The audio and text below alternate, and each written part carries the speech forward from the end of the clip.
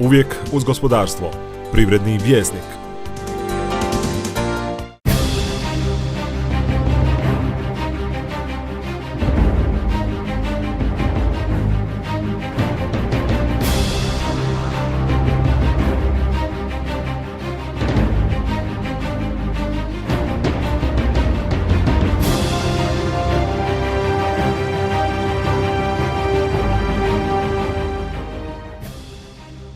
Vrijeme je za gospodarstvo.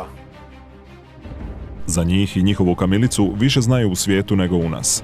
Obiteljska tvrtka utemeljena 1998. godine danas ima 30 zaposlenih i gotovo 50 kooperanata. Među najvećim su proizvođačima kamilice koji su lani proizveli i preradili 350 tona i isporučili u inozemstvo. Sa suprugom Snježanom vodi tvrtku DAM, smatra da je kamilica budućnost, a kad bi imali još zemljišta, radili bi i zapošljavali još više. Gost Darka Bukovića je Marijan Mareković. Gospodine Mareković, evo, 15 godina se bliži, tvrtka funkcionira, vi i supruga to radite, a ostalo je još u prizvuku to ime, DAM. To je vjerojatno, kao što su mi rekli, obitelj, muški dio obitelji Mareković, Damir, vaš pokojni brat, otac Alojz i Marijan, vi. Tako je došlo do imena, zar ne? Pa eto, tako u suglasnosti obitelji i dogovoru smo osnovali tvrtku i dali joj ime DAM, koja nastavlja tradiciju od naših djedova, očeva, nas pa i naše djece. Za one koji ne znaju, vi dolazite iz malog mjesta Lozan. Recite nam gdje je to? Pa dolazimo iz malog mjesta Lozan. Lozan se nalazi na pola puta na Podravskoj magistrali, na pola puta između Osijeka i Zagreba, na pola puta između Virovitice i Pitomače, na pola puta između jedne prekrasne rijeke Drave i Bilogore. I na pola puta od onog odsječka s autoceste koji nikako da dođe prema Virovitici i vama, zar ne? Pa nadamo se evo da će doći i to vrijeme i da će doći i ta autocesta. Da će se još bolje vidjeti u tom vremenu kako u 5. mjesecu najviše cvijeta ima u mjestu Lozanu, najviše cvijeta u Hrvatskoj. Još plus toga to je i ljekovito cvijeće kamilica. Kud ćeš bolje, je li tako? Kad gledate kamilicu, vi dolazite iz obitelji koja je dugo godina sadila duhan, zapravo bavila se duhanom i dobivala nagrade čak i u onom sustavu za kvalitetu duhana. Dakle, i vaš otac i vi ste krenuli zapravo tim putem. Pa mi smo krenuli također tim putem, nastavljamo tradiciju čak od naših djedova. Evo, moj djed i suprugin djed su nekada bili kovači, odnosno potkivači konja. Naši roditelji su nastavili proizvodnju duhana. Moji roditelji su bili među najvećim proizvođačima duhana. Na Skopskom sajmu su osvojili tamo 80. godina zlatnu plaketu za količinu duhana. Dakle, šta vam bi onda da krenete? To je valjda po onoj ranijoj varijanti da se uz duhan sadila kamilica. I onda je zapravo kamilica prevladala.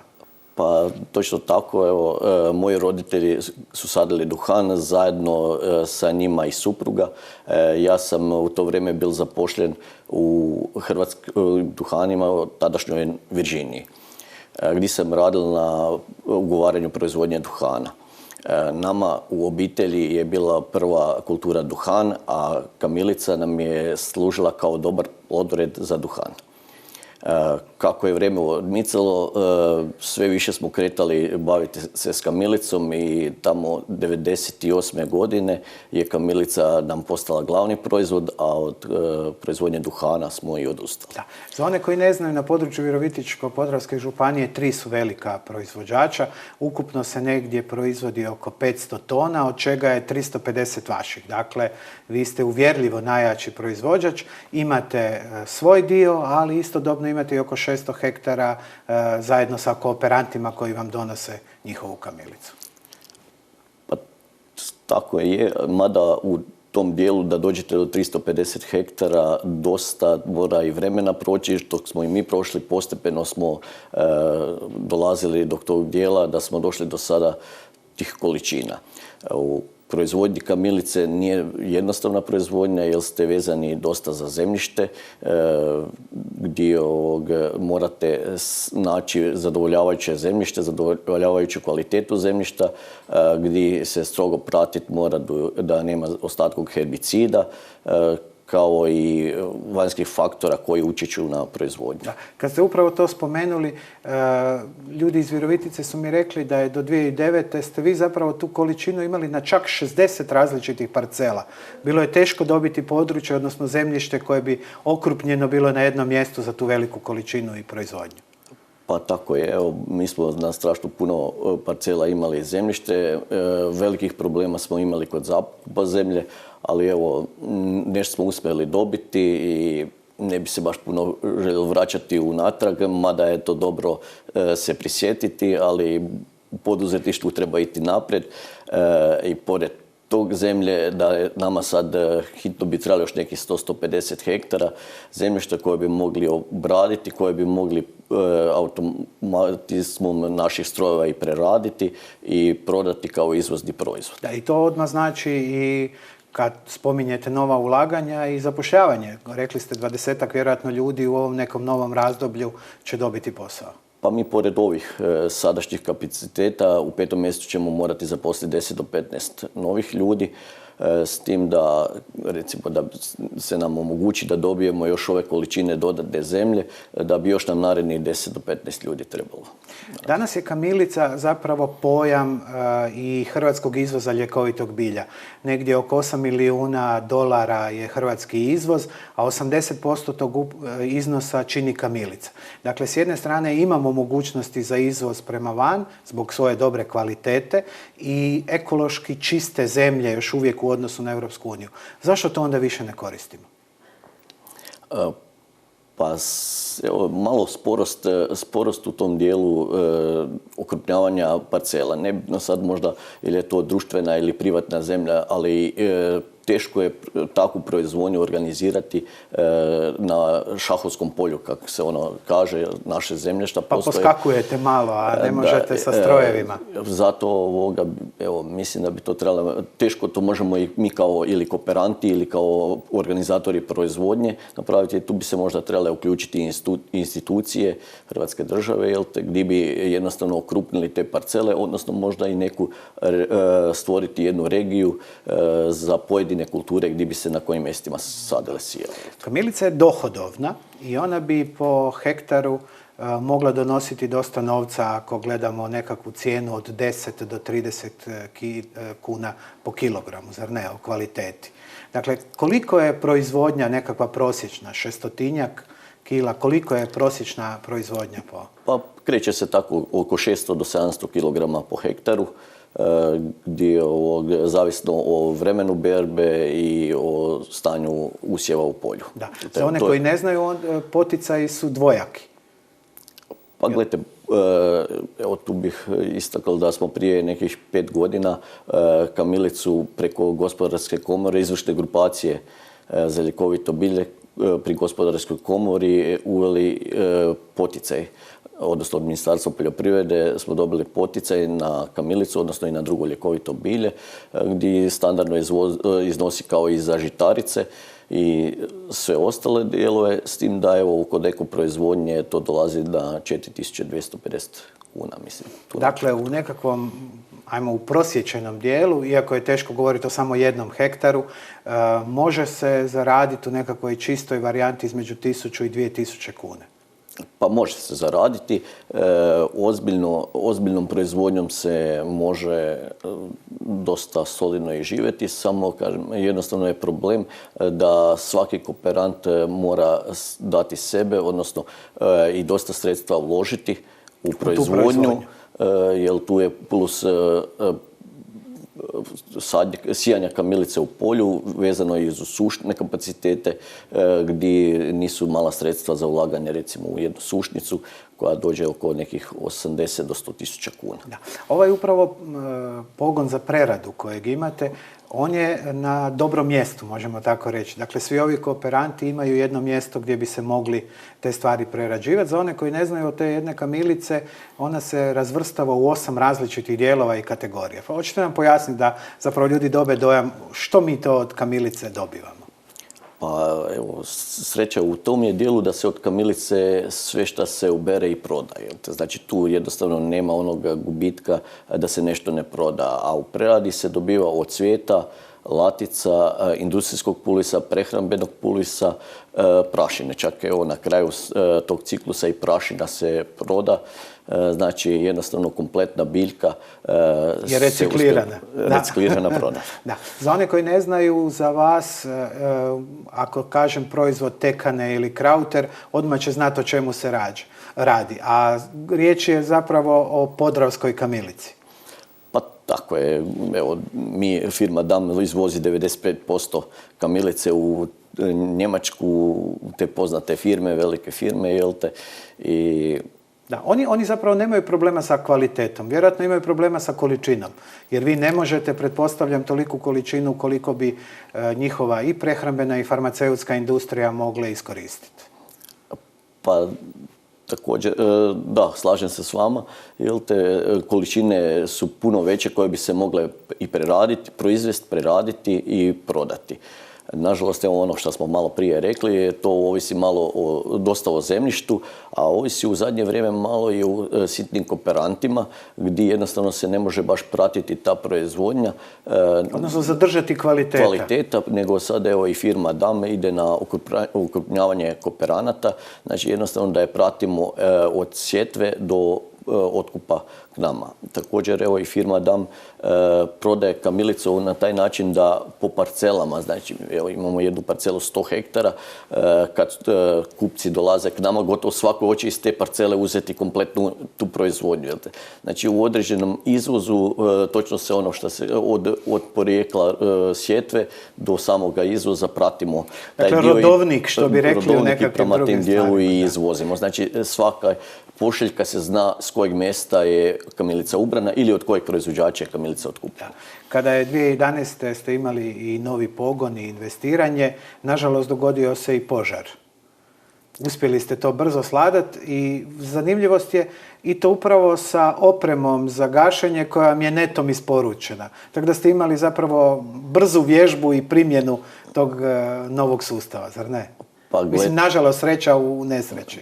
Pa gledajte, mi smo uvezli jednu sušnicu, protočnu sušnicu za kamilicu koja evo, u povojima je sad još uvijek u Hrvatskoj i u samom postavljanju nje i u probnom radu došlo je do zapaljenja i ona je gotovo u potpunosti izgorela, ali vitalni dijelovi nje nisu izgoreli i požrtvovnost su tu naših djelatnika, radnika, kojima ovom prilikom evo puno hvala, jer su se izložili i opasnosti i sve. Uspjeli smo to sanirati, da je ona u roku 10 dana natrag pokrenjena i sušila dalje. Ali vaši zaposlenici su mi ispričali jednu priču da ste vi, ko i svi mi iz ovih prostora, podvukli se pod fiću. Dakle, ušli ste u taj pogon i vi ste sami radili, šarafili, kombinirali i zapravo samostalno ste dali jednu dodanu vrijednost tom pogonu vlastitim radom. Niste čekali majstore samo sa strane da dođu i poprave. Pa gledajte, kod nas, evo, pošto je to ono što smo na početku rekli, obiteljska firma, mi prema tem poslu kao obitelji pristupamo. Ostalom, tako. Znači, pristupamo od mene, supruge, naše djece, pa i do djelatnika firme. I gradimo taj dio da je to jedna obitelj, da je to zajednički posao i svako prema tim dijelu i sebi stvaramo dohodak. Da. Danas poduzetnicima, malima, srednjima posebno, uvijek je problem nalaziti nova tržišta. U ovom trenutku vi imate dobru suradnju sa HGK, Komorom Virovitica i zapravo ovi putovanja po sajmovima od Njemačke, Mađarske, Bosne i ovoga, vi ste tu zapravo pratilac i širite ta svoja tržišta. Kako ide taj dio širenja i predstavljanja na sajmovima? Koliki je interes zapravo za proizvodnju? Pa gledajte, što se tiče današnje prodaje kamilice, tvrtka DAM je u svoju proizvodnju već prodala unaprijed.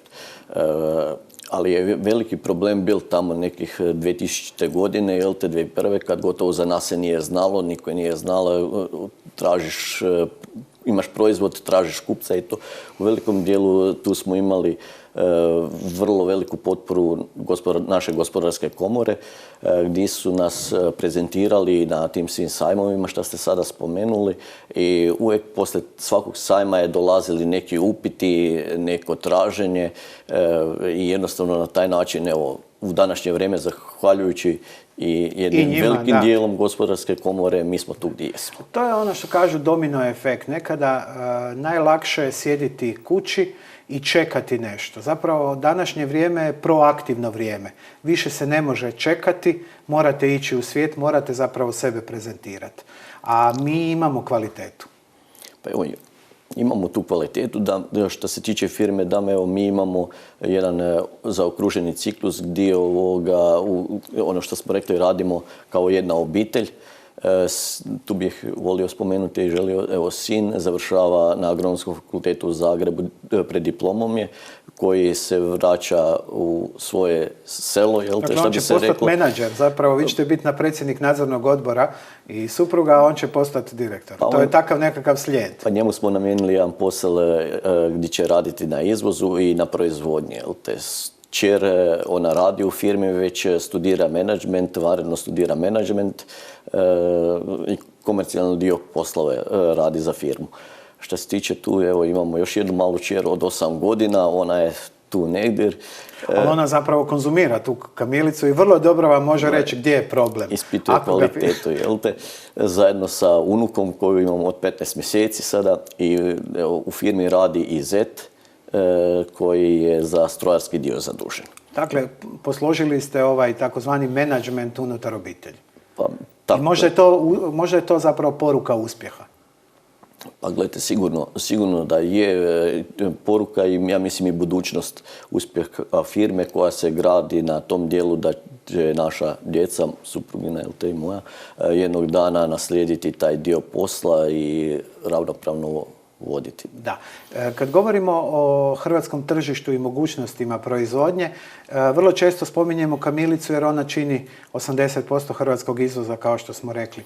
Ali postoje tu i druge mogućnosti. Vi ste sad krenuli u probnu sjetvu i bazge i s jedne strane i tikve, uljare. Dakle, postoji taj prostor za jednu ekološku proizvodnju, puno stvari koje možda do jučer smo sadili, ali smo danas zaboravili na njih u ovom vremenu tranzicije. Vraćamo li se to zapravo iskonu, onom temeljnom što je bilo na selu? Pa da, ja mislim da je to, da se moramo vratiti jednostavno, jer to je i budućnost naša, jer to je tvrtka DAM će ove godine zasijati 30 hektara tikve uljarice. Mi imamo u probnoj proizvodnji koprivu, što je sada nešto novo, odnosno vrlo je tražena. Jesmo li uvozili koprivu? Pa jesmo i uvozili, ali kopriva je vrlo izvozni proizvod, strahovito se može izvesti za američko tržište. Tako da smo evo u pokusnoj proizvodnji imamo tu koprivu, imamo u pokusnoj proizvodnji bazgu, ne onu bazgu što mislimo da je po šumarkima, nego baš što sami domaćice rade sokove. Baš kultiviranu bazgu, jel te, gdje ćemo taj proizvod brati kao cvijet, a i kao bobicu. Dobro, i to je i kulinarski specijalitet. U Francuskoj kad sam bio, zapravo cvjetove bazge se poha kao recimo palačinka ovom umaku i zapravo ta cijela priča ima jednu sasvim drugu priču. Možda ta naša priča nikad nije dovoljno ispričana. Recimo po akcijskom planu Hrvatske za ekološku proizvodnju mi smo tek na 3,5% površina. Plan nam je do 2016. biti negdje na 8,5%. Zemljišta ima. Šta nam treba? Jesmo li zapravo sami sebi dovoljni ili nam nešto stalno fali? Pa evo, tu smo malo spomenuli ono da ipak tu treba ukrupnjavanje tog zemljišta, jer te za ekološku proizvodnju to je gotovo najglavniji dio. Što se tiče nas, firme DAM, mi već jesmo u ekološkoj proizvodnji, nešto imamo u prelaznom razdoblju, nešto već kao certificirano ekoproizvod. U ovoj godini smo već i izvozili kamilicu kao ekoproizvod i da, to je budućnost, jer jednostavno vani je velika konkurencija i trebamo se boriti da smo da smo što jeftiniji, da smo što točniji i što kvalitetniji, jel te, da bi uspjeli u toj proizvodnji i svakoj drugoj. Danas je lako reći 15 godina iza vas, ali kada bi gledali, je li bilo lakše kad ste počinjali ili danas biti poduzetnik? Pa ja ne znam, ja mislim da ovoga je to dosta isto. I kad smo počimali, opet je trebalo jedno zajedništvo supruge i mene da jednostavno se uputimo na taj put, jel radom u poduzeću misli se da ćeš raditi do penzije i onda nekakva sigurnost koja ti se dala. Jednostavno dati otkaz i otići u neizvjesnost, jel Pa mislim, kad je složna obitelj i tog dijela da se niko ne bi trebalo bojati poduzetništva, jednostavno pamtiti ono što je bilo, što je prošlo, ali gledati u budućnost. Da. Vaša budućnost, 2013. Nakon 15 godina krećete u neko novo razdoblje. Kakvi su planovi za ovu godinu? Pa evo, planovi su za ovu godinu da krenemo, što smo malo prije rekli, u Tiku Uljaricu, da vidimo šta će biti s tim probnim proizvodnjama i da jednostavno probamo na neki način još doći do nekih 100-150 hektara, odnosno nekih 500 hektara ukupnog zemljišta, gdje bi se rasporedili kao obitelji i radili po segmentima. Da. Ovaj dio Podravine i Slavonije kažu da je idealan za kamilicu. Vjerojatno ste i vi to primijetili. Da li je trenutak za pozvati kooperante koji bi mogli se uključiti zajedno s vama u tu proizvodnju? Pa da, čujte, kooperanti su uvijek dobro došli i to je velika mogućnost zarade, ali manje više ne dodatne zarade, nego zarade i kod kooperanata. Znači, zapravo to bi trebao biti njihov temeljni posao. To mislim da bi trebali se posvetiti tem kao temeljnom poslu. Znači, isto jednom preslik naše firme, to planiramo raditi s našim kooperantima, da od sjetve do sušenja kamilice, da oni to temeljito se radi, da se pazi na svaku glavicu, što bi se reklo, te ljekovite biljke. Vi u ovom vremenu nelikvidnosti i problema zapravo imate sreću s jedne strane što inozemni naručitelj plaća svoje obveze redovito, tako i pretpostavljam vi možete redovito plaćati svoje kooperante. Možda je tu trenutak u kojem Hrvatska mora shvatiti da Europska povelja o poduzetništvu i plaćanja u roku 30 dana je stvarnost bez koje nećemo moći funkcionirati. Jer tako možemo jedino i vi i ja i svatko drugi poslovati u Hrvatskoj. Dakle, to je nekakva obveza, a ne nametnuta stvar. Pa da, evo mi stvarno što se tiče naših kupaca nemamo problem s naplatom, ali nemamo problem s naplatom kvalitetne robe. I evo, to je jedna poruka našim kooperantima, ajmo svi napraviti da imamo kvalitetnu robu i nemamo problema niko, niti firma, niti oni s naplatom i tako će to biti, tako smo radili u prošlosti, tako će to biti onda i u budućnosti. I očekujete da sa ulaskom Hrvatske u Europsku uniju se upravo taj dio pojednostavi i vjerojatno će doći i više kupaca jer ćemo biti zajedničko tržište od 500 milijuna ljudi. Pa da, evo, to čekamo da dođemo u Europsku uniju, mada evo mi svi proizvođači ljekovitog bilja, firme koje izvoze, mi smo već gotovo u Europskoj uniji, mi radimo već 10 godina i više po standardima koji se rade u Europskoj uniji. Vama se može samo pomaknuti na bolje. Pa, nadamo se. Ja vam to i želim. Hvala što ste mi bili gosti. Također. Vrijeme za gospodarstvo nikada ne završava. Završila je samo ova emisija.